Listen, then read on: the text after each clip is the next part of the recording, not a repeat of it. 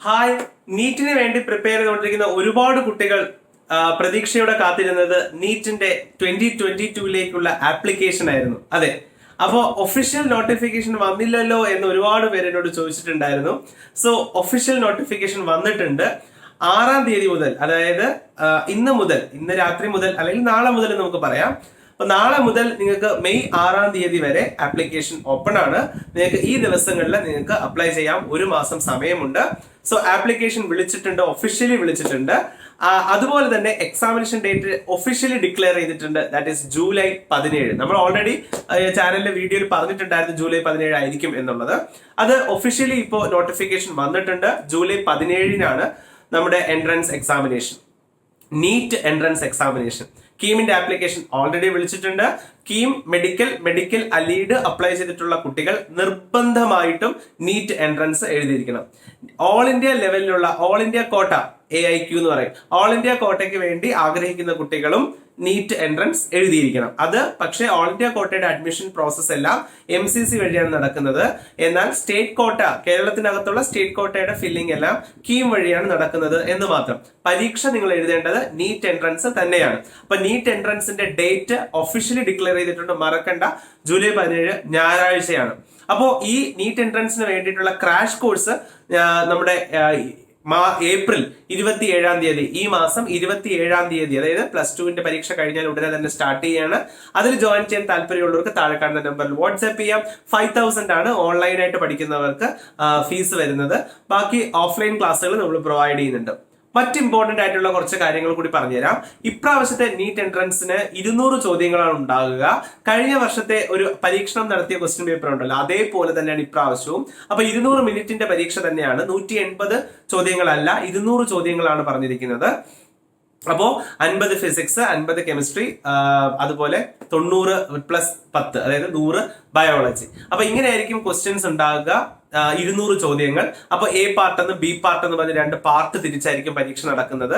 നേരത്തെ പോലെ തന്നെ, കഴിഞ്ഞ വർഷം വന്ന മാറ്റം പോലെ തന്നെ റീജിയണൽ ലാംഗ്വേജസിലും ഇപ്രാവശ്യം പരീക്ഷകളുണ്ട്. നിങ്ങൾക്ക് ഇംഗ്ലീഷ് അല്ലാതെ തന്നെ മലയാളം പോലെയുള്ള റീജിയണൽ ലാംഗ്വേജസും നിങ്ങൾക്ക് ചൂസ് ചെയ്യാനുള്ള ഓപ്ഷൻസ് ഉണ്ട്. അപ്പോൾ ഇങ്ങനെയുള്ള കഴിഞ്ഞ വർഷത്തെ അതേ പാറ്റേണിൽ തന്നെയാണ് ഈ വർഷവും പരീക്ഷ നടക്കുന്നത്. ഒഫീഷ്യൽ നോട്ടിഫിക്കേഷൻ വന്ന സ്ഥിതിക്ക് നിങ്ങൾക്ക് നാളെ മുതൽ ആപ്ലിക്കേഷൻസ് അപ്ലൈ ചെയ്ത് തുടങ്ങാം. നാളെ മുതൽ ആ വിൻഡോ ഓപ്പൺ ആകും എന്നാണ് പ്രതീക്ഷിക്കുന്നത്. നാളെ അല്ലെങ്കിൽ മറ്റന്നാൾ എന്തായാലും അത് ഓപ്പൺ ആയിരിക്കും. നാളെ തന്നെ മിക്കവാറും നിങ്ങൾക്ക് ചെയ്യാൻ സാധിക്കും. അല്ലെങ്കിൽ ഇന്ന് 11 മണിക്ക് ഒന്ന് കയറി നോക്കിയാൽ ചിലപ്പോൾ അത് ഓപ്പൺ ആവാൻ സാധ്യതയുണ്ട്.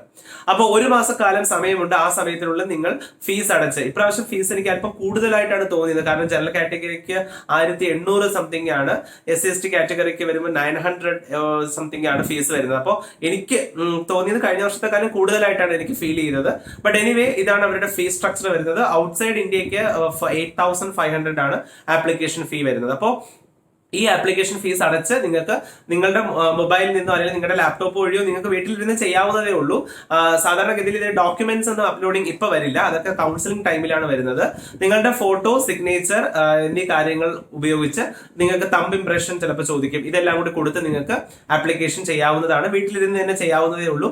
ഡൗട്ട് ഉണ്ട് എങ്കിൽ ദയവ് ചെയ്ത് നിങ്ങൾ അക്ഷയ സെന്ററിലോ കമ്പ്യൂട്ടർ സെന്ററിലോ പോയി ചെയ്യുക.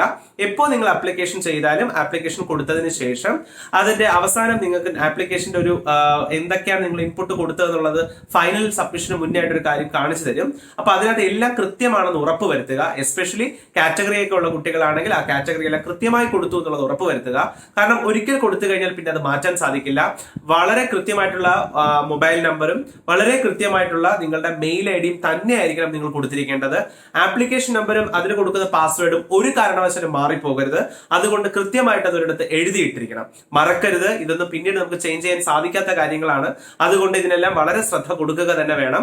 അതിനുശേഷം നിങ്ങളുടെ ആപ്ലിക്കേഷൻ സബ്മിറ്റ് ചെയ്താൽ ദയവ് ചെയ്ത് അത് ഒരെണ്ണം പ്രിന്റ് ഔട്ട് എടുത്ത് നിങ്ങൾ വച്ചിരിക്കണം. കൺഫർമേഷന് വേണ്ടിയിട്ട് ആ പേജ്, കൺഫർമേഷൻ പേജ്, അവസാനത്തെ പേജ് നിങ്ങൾ പ്രിന്റ് ഔട്ട് എടുത്ത് സൂക്ഷിക്കുക തന്നെ വേണം. ഫോട്ടോ, അവർ പറഞ്ഞിരിക്കുന്ന സൈസിലും അവർ പറഞ്ഞിരിക്കുന്ന KB-ക്കുള്ളിലും നിൽക്കുന്ന രീതിയിൽ വേണം അപ്ലോഡ് ചെയ്യേണ്ടത്. JPG ഫോമാറ്റിൽ അവർ പറയുന്ന രീതിയിൽ തന്നെ ആയിരിക്കണം അപ്ലോഡ് ചെയ്യേണ്ടത്. ഡോക്യുമെന്റ്സ് പുതിയ ആപ്ലിക്കേഷൻ ഫോം വന്നാലേ പുതിയതായിട്ട് എന്തെങ്കിലും ആപ്ലിക്കേഷൻ കൊടുക്കേണ്ടി വരുമോ എന്നുള്ളത് നോക്കിയിട്ട് പറയാം. അപ്പൊ അതിന്റെ ഡീറ്റെയിൽഡ് വീഡിയോ ചെയ്യാം. പക്ഷെ ഈ നിലവിൽ കഴിഞ്ഞ വർഷത്തെ ഒരു രീതി വെച്ചിട്ടാണെങ്കിൽ നിങ്ങൾ ഇപ്പോൾ തൽക്കാലം ഡോക്യുമെന്റ്സ് ഒന്നും കൊടുക്കേണ്ടി വരില്ല. ഡീറ്റെയിൽസ് മാത്രം കൊടുത്ത് നിങ്ങൾക്ക് ആപ്ലിക്കേഷൻ ഫില്ല് ചെയ്യാവുന്നതാണ്. എന്തായാലും വളരെ ഇമ്പോർട്ടന്റ് ആയിട്ടുള്ള ഒരു ന്യൂസ് ആണ്. അതുകൊണ്ട് നിങ്ങളുടെ എല്ലാ ഫ്രണ്ട്സിനും ഷെയർ ചെയ്യുക. ഞാൻ ഒരിക്കൽ കൂടി ഓർമ്മിപ്പിക്കുന്നു, April 27 നമ്മുടെ ക്രാഷ് കോഴ്സ് സ്റ്റാർട്ട് ചെയ്യുന്നത്. മെഡിക്കലിന്റെയും ICR-ന്റെയും എൻട്രൻസിന് വേണ്ടിയിട്ടുള്ളതാണ്. ICR-ന്റെ ഡേറ്റ് വന്നിട്ടില്ല. അപ്പൊ അത് വരുമ്പോൾ നിങ്ങൾ തീർച്ചയായിട്ടും അറിയിക്കുന്നതായിരിക്കും. അപ്പൊ ക്രാഷ് കോഴ്സിൽ മാക്സിമം എല്ലാവരും ജോയിൻ ചെയ്യാൻ ശ്രമിക്കുക. എല്ലാവർക്കും നല്ല രീതിയിൽ മെഡിക്കൽ എൻട്രൻസ് പ്രിപ്പയർ ചെയ്ത് നല്ലൊരു സീറ്റ് നേടാൻ സാധിക്കട്ടെ എന്ന് ആശംസിക്കുന്നു. നിങ്ങളോടൊപ്പം എന്നും പഠനത്തിൽ ഞാനും കൂടെ ഉണ്ടാകും.